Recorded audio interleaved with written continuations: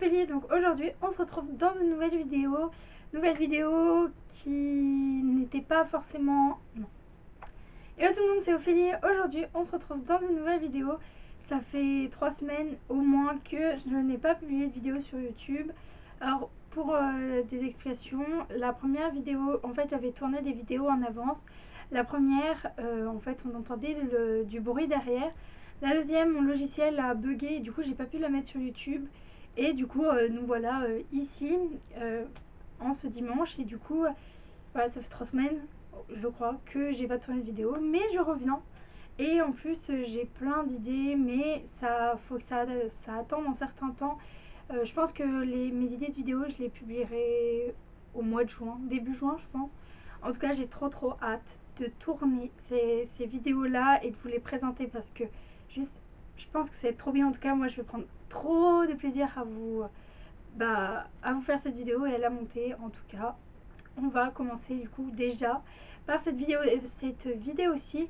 Donc comme vous l'avez vu dans le titre ou pas, je vais vous présenter des recommandations si vous aimez un certain thème ou un certain univers, parce que déjà le printemps c'est signe de renouveau, donc renouveau dans notre pâle, renouveau en fonction de livres, mais aussi j'ai souvent vu autour de moi et même moi personnellement que en fait on aime beaucoup faire du renouveau dans notre bibliothèque. On a tendance à acheter plus facilement et on est souvent moins attiré par notre pâle et du coup je me suis dit que si vous savez pas dans quelle direction aller, si vous aimez un certain thème et que vous voyez pas des livres, si vous voyez pas des livres, non. Donc si vous voulez un thème précisément mais que vous ne savez pas vers quel livre vous dirigez, que par exemple dans votre librairie ou dans votre magasin il n'y en a pas et que vous savez pas quoi commander, et ben du coup cette vidéo est faite pour ça. Et aussi si ça peut vous faire vider des livres de votre palle, pourquoi pas.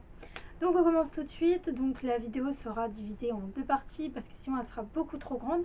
Là on va avoir le thème magie, mais il y a des sous-thèmes, donc demi-dieu, demi-dieu, super-héros, magie du coup. Après on passera dans le contemporain, mais il y aura une petite transition avec un contemporain mais qui mélange magie. Et après on partira sur du contemporain parce que souvent au printemps et même en été on aime bien lire du contemporain, donc voilà. Donc on commence du coup par la catégorie magie et plus précisément demi-dieu.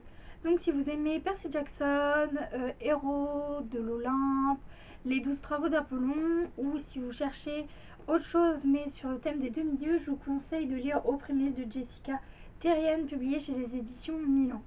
Dans ce livre en fait on va suivre Élise qui n'est pas comme tout le monde parce qu'elle a 18 ans, mais en fait elle fait 18 ans mais elle n'a pas 18 ans, elle ne vit pas comme tout le monde et sa vie est assez banale. Elle essaye de s'intégrer aux humains, mais elle est obligée de changer de lieu un peu à chaque fois parce que du coup les gens se posent des questions: pourquoi elle ne vieillit pas, pourquoi elle n'a pas de rides, pourquoi ses cheveux blancs ne commencent pas à apparaître, etc., etc.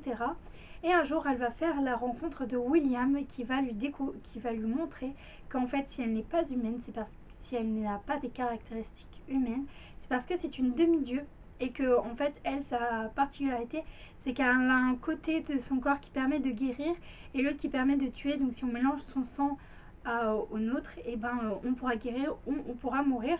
Et du coup en fait elle va découvrir qu'elle n'est pas la seule demi-dieu à exister sur Terre et qu'il y en a plein d'autres, et peut-être qu'il y a une révolution, une révolte contre les dieux suprêmes qui est en train de se préparer, et peut-être qu'elle a un rôle important à jouer.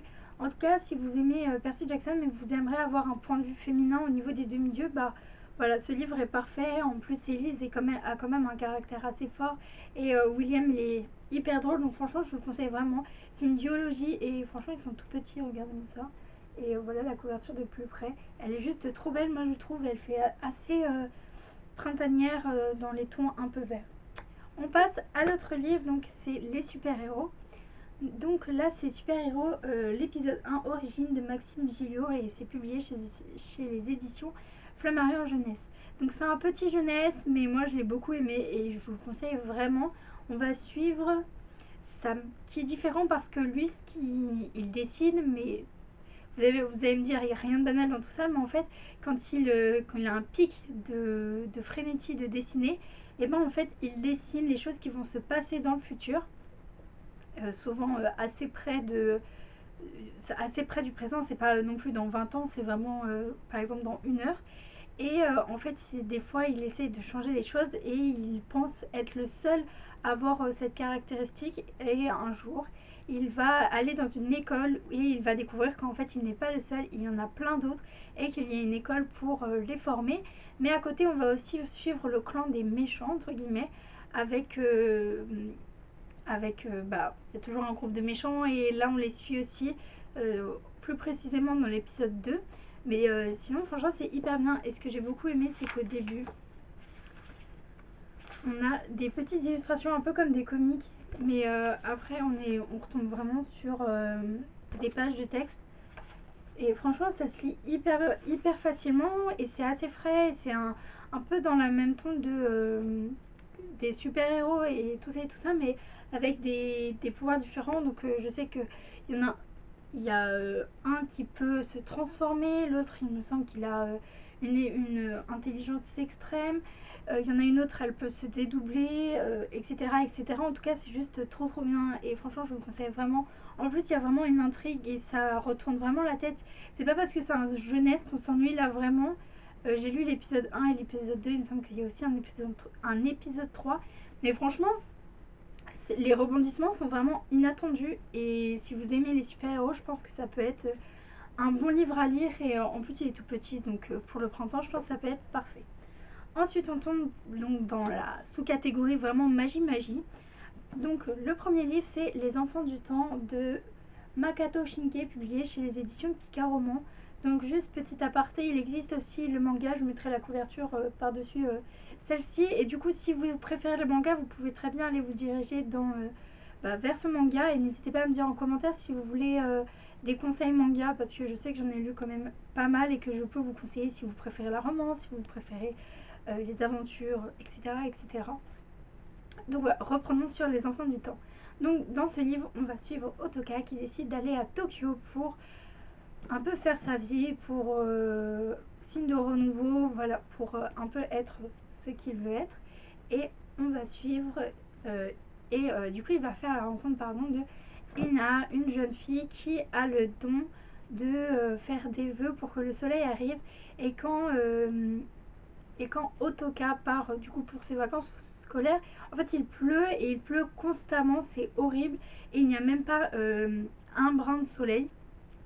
Et du coup en fait ce qu'il va faire c'est que avec Ina, il va décider de créer un site qui permettrait aux gens de prendre un rendez-vous pour avoir le soleil, parce que vu que Ina fait des vœux de soleil, le soleil arrive et du coup ça permettrait aux gens d'avoir un brin de soleil lors d'un événement, par exemple un mariage ou un anniversaire.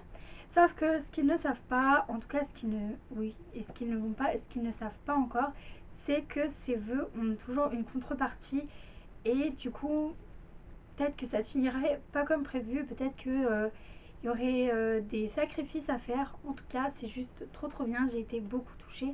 J'ai lu le manga et le roman. Le roman est un peu plus détaillé que le manga quand même, parce que du coup, c'est plus écrit et il y a plus les sentiments, même si c'est assez bien retranscrit dans le manga, mais franchement, juste trop bien. En plus, la couverture est assez printanière et tout. Franchement, elle est juste trop belle et je vous le conseille vraiment. C'est vraiment un livre touchant, trop mignon et voilà, moi je l'ai adoré et je vous le conseille vraiment.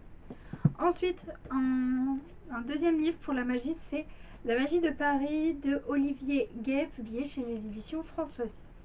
Alors dans ce livre, on va suivre Chloé qui est assez grande et elle fait de l'escrime. Un jour, donc elle est au lycée, un jour elle va vouloir aller au gymnase pour s'entraîner à l'escrime parce qu'elle veut vraiment être la meilleure. Et en fait, elle va tomber face à face vers Thomas qui en fait est en mauvaise posture face à une étrange créature, un peu un monstre. Elle sait pas trop ce que c'est et du coup en fait ils voient qu'ils se battent comme à l'escrime et elle décide de l'aider. Sauf que elle va être touchée fatalement et Thomas va tout faire pour la sauver. Ce qui va en fait ils vont être liés. Chloé va être liée à Thomas parce que Thomas n'est pas un humain comme les autres. Il est doué de magie et il aurait peut-être un rôle particulier dans ce monde, notamment de sauver les humains de ghouls qui voudraient tuer tous les hommes et tous les humains. Et notamment, il y a une brèche, donc c'est là où elle passe, qui serait dans la cave comment du lycée. Et du coup, il n'est pas là par hasard. J'ai vraiment beaucoup aimé ce livre, tout d'abord parce que on a déjà un couple assez particulier, parce que Chloé est quand même assez grande et Thomas est assez petit. Et du coup, ça fait un contraste, que ça casse les stéréotypes et les choses assez banales qu'on peut retrouver par exemple dans la romance ou même dans les livres fantastiques. Ensuite, on a vraiment un univers qui est très très bien détaillé et développé.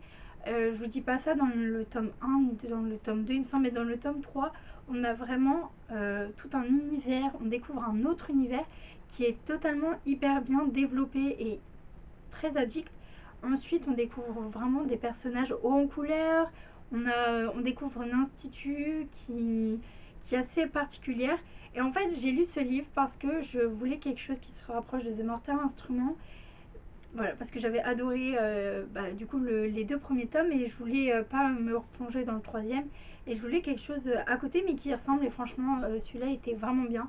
En tout cas, moi, à ce moment-là, je l'ai trouvé vraiment bien et j'ai trouvé que voilà, ça se reprochait quand même de The Mortal Instruments parce qu'on a quand même des créatures surnaturelles, des humains. On a aussi un institut. Bref, tout ça. Et franchement, je l'ai beaucoup aimé. Je vous le recommande vivement. Il est juste trop trop bien. Ensuite, pour faire une transaction entre le contemporain et la magie, je vous recommande Dreamology, publié chez l'édition Michel Lafon et publié et écrit. Donc, pour faire une transaction entre la magie et le contemporain, je vous présente le livre Dreamology de Lucie Quétine, publié chez les éditions Michel Lafon. Donc là, c'est en format poche. Dans ce livre, en fait, on va suivre Alice qui mène une vie assez banale, sauf que elle adore dormir tout simplement parce que dans ses rêves, elle y découvre un jeune garçon qui est franchement, c'est comme si elle vivait vraiment dans la vraie vie, mais en fait, elle a vraiment accès à tout, sauf que c'est un rêve et elle a toujours le même garçon. Ils font toujours des rêves ensemble et ils partent toujours à l'aventure ensemble. Et c'est pour ça qu'elle adore dormir, sauf que à la rentrée, elle va tomber nez à nez avec le garçon de ses rêves. Sauf que celui-là n'a pas l'air vraiment de la connaître, en tout cas, peut-être qu'il fait semblant, peut-être qu'il ne la connaît pas vraiment, et c'est ce que Alice va essayer de découvrir. Ce que j'ai beaucoup aimé, c'est qu'on a vraiment ce fil entre le contemporain et la magie. On ne sait pas trop dans quelle case caser ce livre, parce que certes, il y a des rêves où l'héroïne peut faire vraiment tout ce qu'elle veut et elle est vraiment avec ce jeune homme, mais tout est pris vraiment de façon hyper sérieuse. Sans vous spoiler, Alice va aller dans un institut qui étudie les rêves et franchement c'est extrêmement vrai et très plausible dans notre vie. Et franchement j'ai beaucoup aimé et je trouve que si vous cherchez un intermittent, un mélange entre magie et contemporain, amour et vie lycéenne, et ben franchement je trouve que celui-là il peut vraiment vous plaire. Et en plus, voilà, c'est assez frais, ça se lit hyper facilement. Et voilà, et je pense pour le printemps, ça peut être hyper bien parce que ça mélange rêve et du coup, vie réelle. Et franchement, voilà, j'ai beaucoup aimé. Et regardez-moi les détails de cette couverture, elle est juste trop trop belle. Et franchement, elle se lit trop trop bien, donc foncez. Ensuite, pour plonger dans les contemporains, j'ai deux livres à vous présenter. Tout d'abord une saga et ensuite un tout petit livre. Donc on va commencer par la saga. Je la remets juste en ordre. Hop. Il s'agit de Girl Online, je vais pas y arriver, de Zoé Sugg, publié chez La Martinière Jeunesse. Et là je vois que vous voyez rien, je vais les mettre comme ça. Donc dans ce livre en fait on va suivre, si je dis pas de bêtises, Penny qui tient un blog et qui est assez populaire. Sur ce blog elle y raconte un peu toute sa vie, ce qu'elle fait dans la vie, ses émotions, etc., etc. C'est juste que son blog est anonyme, donc personne ne sait qui elle est vraiment, à part ses amis qui savent qu'elle tient un blog. Et en fait, un jour, elle va découvrir un jeune homme qui va bien lui plaire et ils vont peut-être avoir une histoire d'amour. Et sauf que ce jeune homme n'est pas n'importe qui et elle va l'apprendre à ses dépens. Et il y a tout un tas de choses qui vont en découler et c'est vraiment hyper bien. En plus, on a des personnages qui sont, je dirais pas qu'ils sont faits l'un pour l'autre, mais qui sont vraiment assez... comment, qui s'entendent très bien ensemble. Et du coup, on a vraiment... ce que je me souviens, c'est qu'on a vraiment des moments où ils partent découvrir la ville, où ils découvrent des petits endroits, et c'est vraiment hyper bien. Et j'ai beaucoup aimé, c'est très frais, on est pendant les vacances, on voit, il y a plein de petits rebondissements, plein d'émotions, et franchement, trop bien. En plus, la couverture est vraiment juste magnifique. Et du coup, j'ai pris les autres tomes avec moi pour vous montrer les couvertures parce qu'elles sont assez printanières. Un peu, celle-là, elle fait un peu penser à l'été. Mais franchement, juste, c'est trop bien. Et ça, c'est le tome 2 et ça, c'est le tome 3. J'ai oublié. Je ne les ai pas mis dans l'ordre, mais franchement, juste, ils sont trop beaux. Ils sont un peu jeunesse, mais vraiment, si on est dans le bon temps, genre dans un transat, sous le soleil, je pense que franchement, vous pouvez vraiment les aimer. En plus, je suis désolée, mais regardez-moi cette beauté dans la bibliothèque. Ça fait juste trop beau. Et voilà, franchement, je vous le conseille. Il est bien. Je dirais pas qu'il est très bien parce que voilà, c'est un jeunesse. Il me semble que la protagoniste qui est en troisième, si je dis pas de bêtises.